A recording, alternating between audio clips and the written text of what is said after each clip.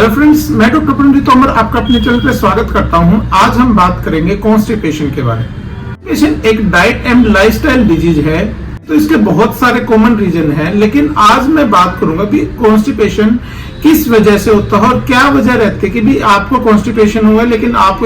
Same चीज करते करते जो आपके आसपास रहते हैं उनको कॉन्स्टिपेशन नहीं होता है। होता क्या है कि पुराने टाइम पे आपको कोई इंडाइजेशन की प्रॉब्लम, जॉन्डिस, फूड पॉइजन्स या एसिडिटी या फिर क्रोनिक कोई डिजीज है जैसे डायबिटीज है या फिर लीवर की कोई डिजीज आपको हो गई है, तो उस दौरान आपने किसी भी तरीके का कोई भी पेट की रिगार्डिंग ट्रीटमेंट लिया है, मोस्टली आप एंटीबायोटिक या फिर कोई गैस के लिए कैप्सूल वगैरह लेके उस टाइम पर्टिकुलर जो बनी हुई गैस है या इंडाइजेशन के या फूड पॉइजन से जो भी कंडीशन आपको हुई है वो ट्रीटमेंट आप सुप्रेस कर लेते हो। आने वाले समय में क्या होता है, ये चीज बार बार रिकरेंट होने की वजह से जो आपकी आंतों की मूवमेंट है, जो आंतों की कैपेसिटी है वो वीक होने लग जाती है। आप खाना खा रहे हो या फिर फल फ्रूट जो भी ले रहे हो उसको आपकी इंटेस्टाइन डाइजेस्ट नहीं कर पाती है। रिजल्ट क्या होता है कि कॉन्स्टिपेशन हो जाती है।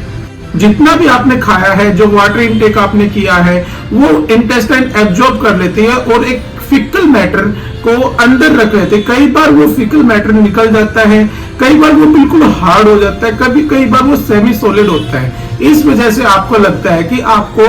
अनसेटिस्फाइड स्टूल है, मतलब आप सेटिस्फाइड नहीं हुए या फिर स्टूल बिल्कुल भी निकल नहीं पा रहा। रीजन हो सकता है या तो आपका जो खाना पीना डाइट आप ले रहे हैं, या तो मैदा या मैदे से बनी हुई चीजें, क्योंकि मैदा हमारे जो बॉडी के अंदर डाइजेस्ट नहीं होता वो निकलता ही है,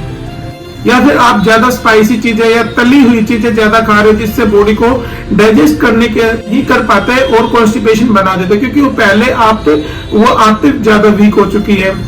या आप अल्कोहल कंजप्शन ज्यादा करते हैं, या फिर जब आपको प्यास लगती है तभी पानी का इंटेक करते हैं, अदरवाइज नहीं करते। देखा गया कि ज्यादातर बच्चों के केस में कि वो खाना इतना खा रहे हैं कि उनको पता ही नहीं क्या खाना, कितना खाना, और हर आधे घंटे में, एक घंटे में कुछ ना कुछ पेट के अंदर डाल रहे हैं। इसकी वजह से भी आंतें कमजोर होती है, उसको प्रॉपर रेस्ट नहीं मिल पाता या वो प्रॉपर फंक्शन नहीं कर पाते, जो भी आप खाना है उसको प्रॉपर डाइजेस्ट कर सके।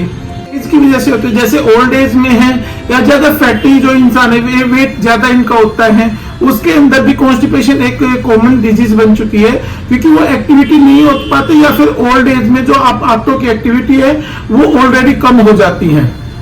इसके बचाव में आप एक केला, एक ग्रंथि फैली हुई, एक भी केला खाने से कॉन्स्टिपेशन होता है, क्योंकि केला फाइबर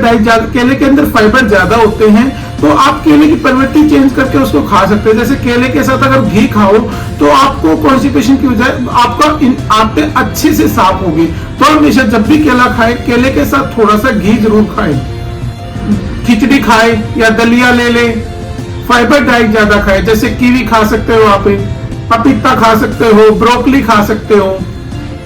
एक भ्रांति फैली हुई है कि आप अगर सुबह पेट साफ नहीं होगा तो आपको अच्छा नहीं फील नहीं होता, माइंड आपका ऐसे फिक्स हो चुका है अभी सुबह पेट साफ डेली साफ होना चाहिए। स्टडी के हिसाब से देखा गया अगर हफ्ते में 3 बार या उससे कम आपका स्टूल पास करता तो आप कॉन्स्टिपेशन हो। अगर डेली आप नहीं पास कर पाते या एक दिन छोड़ के एक दिन आप स्टूल पास कर रहे हो तो मे बी ये नॉर्मल हो, क्रोनिक डिजीज की वजह से ये हो रहा हो, तो उसका कारण जाने, किस वजह से आपको कॉन्स्टिपेशन है, क्या उसका रीजन है वो जाने और आपको उसके अकॉर्डिंग अपना ट्रीटमेंट लें। इनमें से आपको किसी वजह से कोई भी दिक्कत आई तो आप हमसे दिए गए नंबर पर संपर्क कर सकते हैं। धन्यवाद।